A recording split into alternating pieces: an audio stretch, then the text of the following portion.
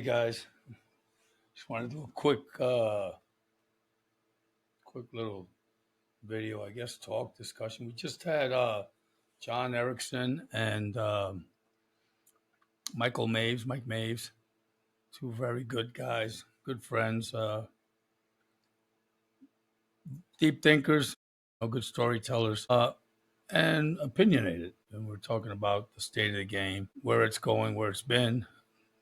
It was a great discussion. There's a lot more. We talked for about 3 hours there, so there's some more content from that coming out. But John Erickson mentioned something there that was very interesting. It brought something to mind. So in one of his conversations there, he mentioned Palmer and Hogan when they were wearing the cardigans, when they had matching cardigan sweaters, blue sweaters at Augusta, and it brought to mind a little story about uh, that pairing.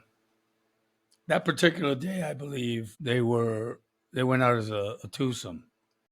So, but there was an occasion where they went out as a threesome, and George Archer was the third person in the group.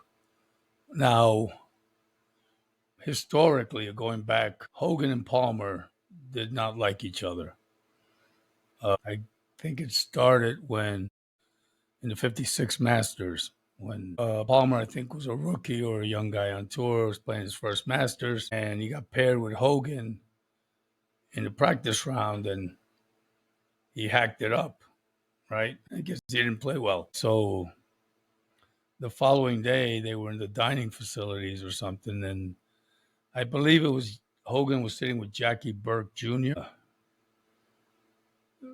Palmer was sitting behind them within earshot, and Hogan said to Jackie, I think, what is this kid doing here? That kind of thing. How did they let him in here? And he said it intentionally loud enough so that Palmer could hear him. So, I guess that might have been a little demoralizing to Palmer. And, I would have taken it personal. And it surprises me that, I don't know. But I guess that was like a jab at him for whatever reasons. I guess he rubbed him the wrong way. And later on, even as they became contemporaries and, Palmer was playing and competing and winning and all that, Hogan never called him by his name.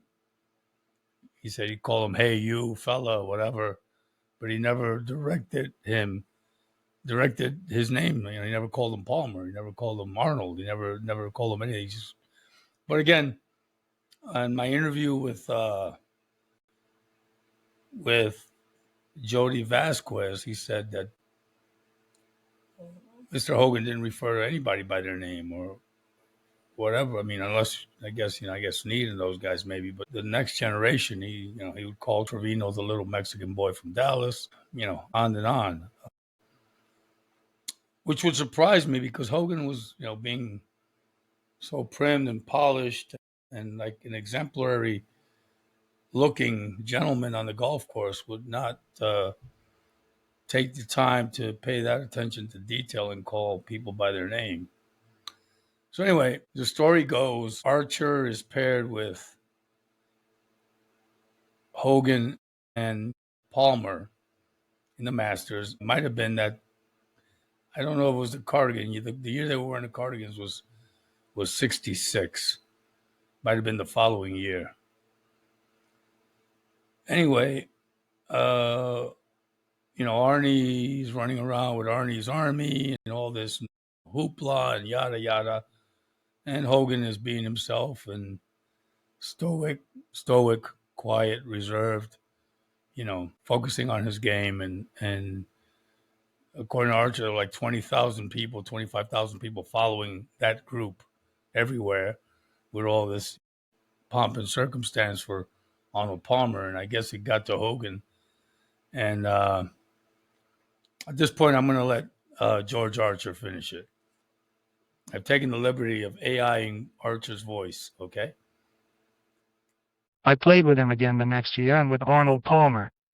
That was an interesting day because 20,000 people were out there watching Palmer and Hogan, and I was in the way. I'll never forget the third hole, where Palmer hit one of those low drives and the crowd roared like crazy. Hogan took the cigarette out of his mouth and threw it down on the ground. He threw it so hard it bounced off my shoe. I was stunned. He then hit this low little fade, and people clapped because it was down the middle. I then hit a three-wood down the left side. When we got down there was one ball about even with me, and the third ball was about 80 yards ahead. I got down there first, to my ball. Meanwhile, Hogan and Palmer were walking and talking, and their caddies were with them, and all four walked right by the first ball near me, and they all went to the long ball up ahead. So I'm thinking, who's going to be the one to have to turn around and walk back to his? Hogan got down there and never looked at the ball. He just puffed on his cigarette and looked at the green. Palmer had to bend over and look at the ball, and the crowd was like, "Whoa!" Hogan sent a message there that was unreal, and that was, there would be no more screaming for those Arnold Palmer drives. And there wasn't. He had a sand wedge to the green, and the hole was about 400 yards long, so he had hit his drive about 310. Hogan was long when he wanted to be long. He could really rip it.